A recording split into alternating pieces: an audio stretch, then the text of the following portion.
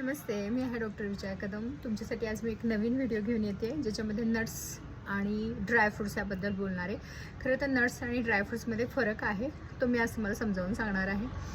बऱ्याच वेळेला आपण सगळ्याला एकत्र म्हणून सुका मेवा असं म्हणतो किंवा ड्रायफ्रूट्सच म्हणतो. खरं तर फरक आहे. नट्स म्हणजे ज्याला कवच आहे त्याच्यात त्याचं बिया असतं आणि त्याला आपण नट्स म्हणतो.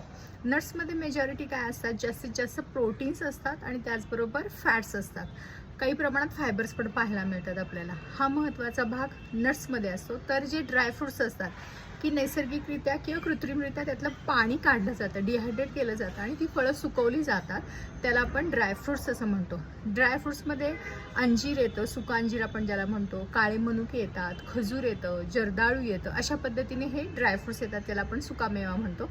आणि नट्समध्ये ज्याचं वरचं कोटिंग किंवा कवच असतं, ज्याच्यामध्ये आपले अक्रोड येतात, पिस्ते असतात, बदाम आहेत, त्याच्यानंतर तुमचे शेंगदाणे आहेत, काजू आहेत, हे सगळे नट्समध्ये येतात. सो नट्समध्ये मॅक्झिमम आपल्याला प्रोटीनचं प्रमाण आणि इसेन्शियल फॅटी ॲसिड्स ज्याच्यामध्ये मोनो अनसॅच्युरेटेड आणि पॉली अनसॅच्युरेटेड फॅट्सचं प्रमाण पाहायला मिळतं. आणि त्याचबरोबर जे ड्रायफ्रूट्स असतात किंवा ज्याला आपण सुकामेवा इन जनरल म्हणतो, त्याच्यामध्ये साखरेचं प्रमाण जास्त असतं.